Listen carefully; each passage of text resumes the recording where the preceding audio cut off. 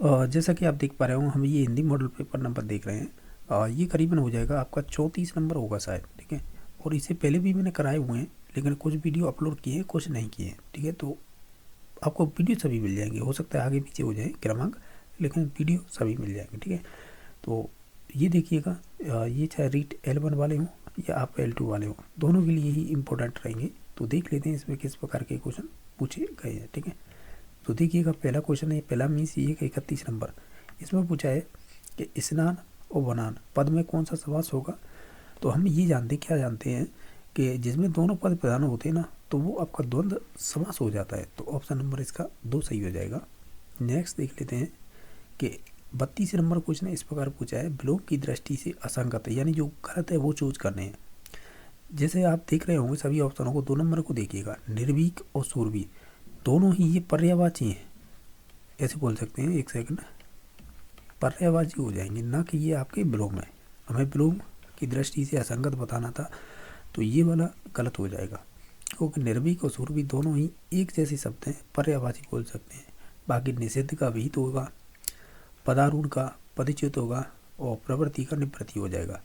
लेकिन अगर आपसे कहें कि अगर मान लीजिएगा हमें इसका सही बताना है, निर्भीक का कह सकते हैं विलोम शब्द बताना है, तो हम ये कहेंगे इसका हो जाएगा निर्भीक का हो जाएगा भीरू।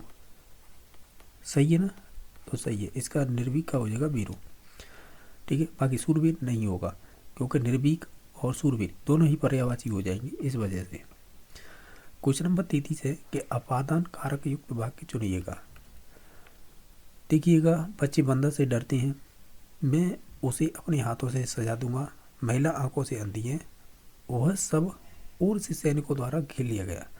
जब भी आप डरने की बात होती है तो निश्चित तौर से वहाँ पे अपादान कारक होता है, या आप अलगाव तो नहीं कहेंगे, अलग होने की स्थिति में आपका कह सकते हैं अपादान कारक हो जाता है, या इसमें पंचमी विभक्ति लगती है। तो इस प्रकार ऑप्शन नंबर 1 सही हो जाएगा। इसके अलावा नेक्स्ट देख लेते हैं। इसमें 34 नंबर में क्वेश्चन में पूछा है कि अनुभव शब्द में कौन सा उपसर्ग जुड़ा हुआ है। तो देखेंगे तो कुछ इस प्रकार, इसे हम अलग नहीं कर सकते क्या, अनुपसर्ग रहा होगा, उपवम इसका मूल शब्द जुड़ा हुआ होगा, इसे न में हलंत में आके ऊ मिला होगा, तभी तो ये अनुपम बना होगा। तो फिर हम ये कह सकते हैं, क्या कह सकते हैं, इसमें अनुपसर्ग होगा, ये वाला नहीं होगा, ठीक है। क्योंकि कन्फ्यूज करने के लिए ये भी दिया हुआ है, तो ये भी नहीं होगा, ऑप्शन नंबर 2 ही होगा। नेक्स्ट क्वेश्चन देख लेते हैं, जो 35 नंबर है। इसमें बताइएगा, शुद्ध वाक्य चुनिएगा, यानी जो बिल्कुल सही है वो चूज करना है। अगर आप देखें, जैसे शुद्ध वाक्य चुनिएगा, तो इनमें से हम ये कहेंगे कि 4 नंबर सही हो जाएगा।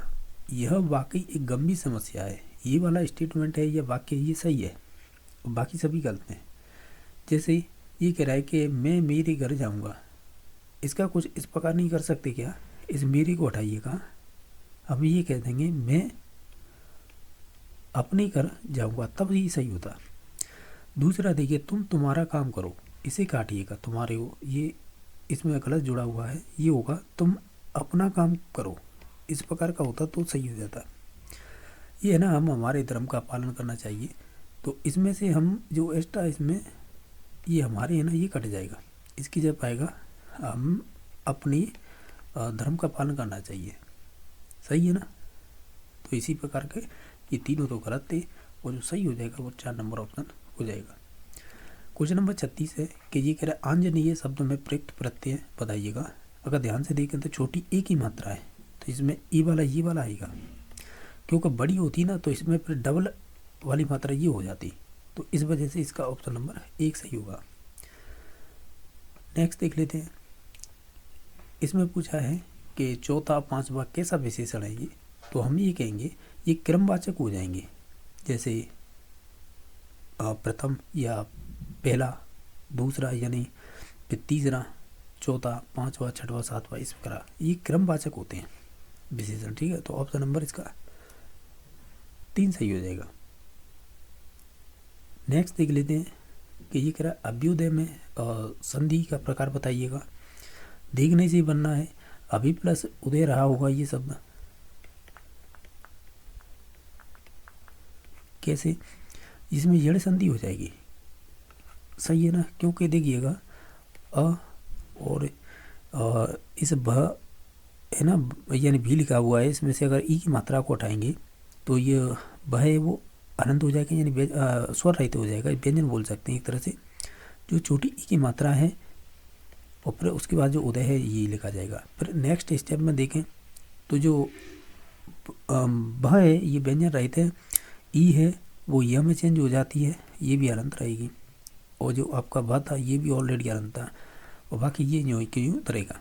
अब इसे देखिएगा, ये जो आधा है इसमें मिल जाएगा, तो ये ऑलरेडी आधा ही था, ठीक है, तो लेकिन ये ऊ था ना, ये आके इसमें मिलेगा, तो ये हो जाएगा। फिर बाकी जो दय है वो इसी प्रकार हम संधि विच्छेद करते हैं ना, तो प्रत्येक वर्ण जो चेंज किया जाता है वो इसी प्रकार किया जाता है, तभी हम शब्द बना पाते हैं। ये शब्द है जो अभ्युदय लिखा हुआ है, कुछ इसी प्रकार का तो है, तो यही पूछा था, ऑप्शन नंबर 4 सही हो जाएगा। इसके बाद है नेक्स्ट क्वेश्चन है, इसमें पूछा है किस शब्द में इन प्रत्यय का प्रयोग सही नहीं हुआ है, यानी जो इन है ना, ये प्रत्यय से कुजड़िन, नागिन, नाइन और ईसाइन। अब देखें तो ये छोटी ई है इसमें इन, तो देखिए छोटी ई इसमें भी है, इसमें भी है और इसमें भी है, लेकिन इसमें है बड़ी ई है, तो यही गलत हो जाएगा। हमें यही पूछा था ना कौन सा सही नहीं है, तो 3 नंबर ऑप्शन हो जाएगा। इसमें बड़ी ई आ रही है इस वजह से, और सभी में छोटी ई आ रही है। ये कह रहा है संबंध सूचक सर्वनाम पद छांटिएगा इसमें से। अगर आप इन सभी ऑप्शनों को देखेंगे, जैसे जो है ना, जो, इनके अलावा और भी आते हैं, जो, सो, उसी, ये सभी शब्द है ना संबंध सूचक सर्वनाम माने जाते हैं, ठीक है, तो ऑप्शन नंबर 2 सही हो जाएगा। क्वेश्चन नंबर आपका नेक्स्ट है जो 41 नंबर है, किस विकल्प में नित्य बहुवचनांत शब्द नहीं है। अब देखिए नित्य बहुवचनांत का मतलब होता है वो हमेशा ही बहुवचन में प्रयुक्त होते हैं, चाहे वाक्य में हो या कोई शब्द बोले, जैसे आंसू, ये हमेशा ही आपका कह सकते हैं बहुवचन में ही नित्य बहुवचन बोल सकते हैं इन शब्दों को, ठीक है। जैसे अच्छत है, दर्शन है। अब हमें यहाँ पे ये पूछा था कि शब्द नहीं है, तो वो हो जाएगा व्याख्या था इसका राइट आंसर, ठीक है। बाकी ये सभी थे ना, ये सभी नित्य बहुवचनांत शब्द थे। इनके अलावा और भी याद रख सकते हैं, जैसे आपने सुने होंगे प्राण, ठीक है। इनके अलावा प्राण के अलावा आपने होश सुना होगा, ठीक है। और इनके अलावा और कौन कौन से शब्द हो सकते हैं, जैसे बाल, और आपने एक हस्ताक्षर और सुना होगा। तो ये शब्द है ना, ये तो मैंने बताए हैं, इनके अलावा और भी होते हैं, ठीक है। जैसे आंसू हो गया, ये हमने बताया था, अच्छत हो गया, दर्शन हो गया, प्राण हो गए, होश हो गए, बाल हो गए, हस्ताक्षर हो गए, ये नित्य बहुवचनांत होते हैं, यानी आप कहीं पर भी यूज कीजिएगा ये शब्द बहुवचन के रूप में प्रयुक्त होते हैं। अब इसमें से भाववाचक संज्ञा पद कौन सा है, अगर देखेंगे तो वो हो जाएगा बचपन, जैसे बचपन हो गया, गरीबी हो गई, और कौन से हो सकते हैं, अमीरी हो गई, और कोई शब्द हो सकता है जिससे जानते हो, जैसे मधुरता, सुंदरता, लड़ाई, लड़ाई क्यों बोलेंगे, लंबाई, चौड़ाई, इस प्रकार के ये सभी है ना भाववाचक संज्ञा के अंतर्गत आएंगे। क्वेश्चन नंबर आपका नेक्स्ट है 43 नंबर, यानी 43 नंबर। इसमें पूछा है कौन सा शब्द है वो इंद्रधनुष का पर्याय नहीं है। तो देखो सुरचाप इंद्रधनुष का पर्याय हो जाएगा, सप्त वर्ण भी हो जाएगा, घर को दंड ये भी हो जाएगा। ये तीनों तो आपके इंद्रधनुष के कह सकते हैं पर्याय हो जाएंगे या पर्यायवाची शब्द हो जाएंगे। लेकिन जो अमरेश्वर है ना, ये नहीं होगा। अमरेश्वर है ना, ये भगवान शिव का कह सकते हैं पर्यायवाची हो जाएगा, ठीक है। तो ऑप्शन नंबर इसका 4 सही हो जाएगा। और जो भगवान बोले हैं उनके और भी हम कह सकते हैं इसके पर्यायवाची शब्द हो जाएंगे। जैसे आपने सुना होगा महेश, महादेव बोलते हैं, सिंपल जो हिंदी भाषा में बोले जाते हैं आम जिंदगी में, और भोलेनाथ, और कौन से जो सामान्य तौर पर बोले जाते हैं जैसे नीलकंठ, और कौन से हो गए इनके अलावा, नीलकंठ ये हो गए, एक महेश भी बोला जाता है तो मैंने बता दिया, और एक विश्वनाथ भी बोला जाता है, सही है ना, विश्वनाथ। इनके अलावा और भी है क्या, एक गंगाधर और बोला जाता है, ये मैंने पर्यायवाची बताए शिव के, या जैसे देखो अमरीश्वर बोल देते हैं, भगवान शिव बोल देते हैं, नीलकंठ, महादेव, महेश, भोलेनाथ, विश्वनाथ, गंगाधर। और जो इंद्रधनुष के ये तो है ही, सुरचाप, सप्तवर्ण, घनखोदंड, इनके और भी होते हैं। जैसे कि एक होता है सूर्यधनु बोलते हैं शायद, सूर्यधनु, ठीक है। एक और ध्यान रखिएगा, उसे बोलते हैं इंद्रायुध, ये वाला इंद्रायुध, ठीक है। तो ये आपके सभी इंद्रधनुष के पर्यायवाची हो जाएंगे। राम ने किसान की जमीन हथियाली, रेखांकित शब्द में प्रयुक्त क्रिया कौन सी है? ये वाली अंडरलाइन करके पूछिए। ये हो जाएगी आपकी, अगर इसे ध्यान से देखें सभी ऑप्शनों को, तो हम ये कहेंगे इसमें नाम धातु आपकी क्रिया हो जाएगी। नाम धातु क्रिया वे होती हैं, चाहे वो संज्ञा हो, सर्वनाम हो, विशेषण हो, इन सभी से मिलकर नाम धातु क्रिया हो जाती है। वो कैसे देखिएगा, जैसे हाथ है, हाथ से हथियाना बना होगा, तो ये नाम धातु क्रिया हो जाएगी। इनके अलावा जैसे और भी देख लेते हैं, जैसे बात से आपकी इसे बन जाएगी बतियाना, ठीक है।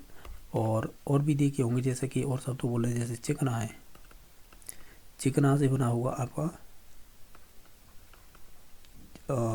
चिकनाना, और भी हो जाएंगे, जरूरी नहीं है यही हो। यानी जो मुख्य संज्ञा, विशेषण या सर्वनाम हो, उनसे बनाई जाएगी कोई क्रिया। जैसे हाथ से हथियाना, ये संज्ञा पत्ता और इसे क्रिया बना दी, ये भी संज्ञा पत्ता, इसे क्रिया बना दी, ये भी संज्ञा पत्ता, इसे भी आपकी क्रिया बना दी। इसे बोलते हैं नाम धातु क्रिया। तो ऑप्शन नंबर 3 सही हो जाएगा। विशेषण पद चुनिएगा, इनमें से देखें तो गुणशाली है ना, वो एक आपका विशेषण हो जाएगा। तो ऑप्शन नंबर 3 सही हो जाएगा। अभी जो हम क्वेश्चन देख रहे हैं वो देख रहे हैं टीचिंग मेथड से संबंधित, जो आपके 15 क्वेश्चन पूछे जाते हैं वो किस प्रकार के पूछे जाते हैं वो देखते चलिएगा। जैसे क्वेश्चन नंबर 16 है, वो इस प्रकार पूछा है, जैसे कहानी सेचन की कौन सी विधि अमनोवैज्ञानिक है? अगर इनमें से सभी को देखें ऑप्शनों को, तो हम ये कहेंगे जो आपकी व्याख्या विधि है वो आपकी अमनोवैज्ञानिक विधि मानी जाती है। क्वेश्चन नंबर 17 है कि प्राथमिक स्तर पर हिंदी भाषा शिक्षण का उद्देश्य नहीं है, वो चूज करना है। तो प्राइमरी लेवल पर हिंदी भाषा शिक्षण का क्या उद्देश्य नहीं है वो बताना है। तो देखेंगे तो हम ये कहेंगे व्याकरण के नियमों का विशुद्ध ज्ञान देना, ये आपके प्राइमरी लेवल पर हिंदी भाषा शिक्षण का कह सकते हैं उद्देश्य नहीं माना जाएगा। तो 4 नंबर ऑप्शन सही हो जाएगा। क्वेश्चन नंबर 18 है कि पूरक पाठ्य पुस्तक का उद्देश्य क्या होता है? तो अगर सभी ऑप्शनों को ध्यान से देखें तो हम ऑप्शन नंबर 3 पे जाएंगे, वाचक अभ्यास। ये पूरक पाठ्य पुस्तक का उद्देश्य है, ठीक है।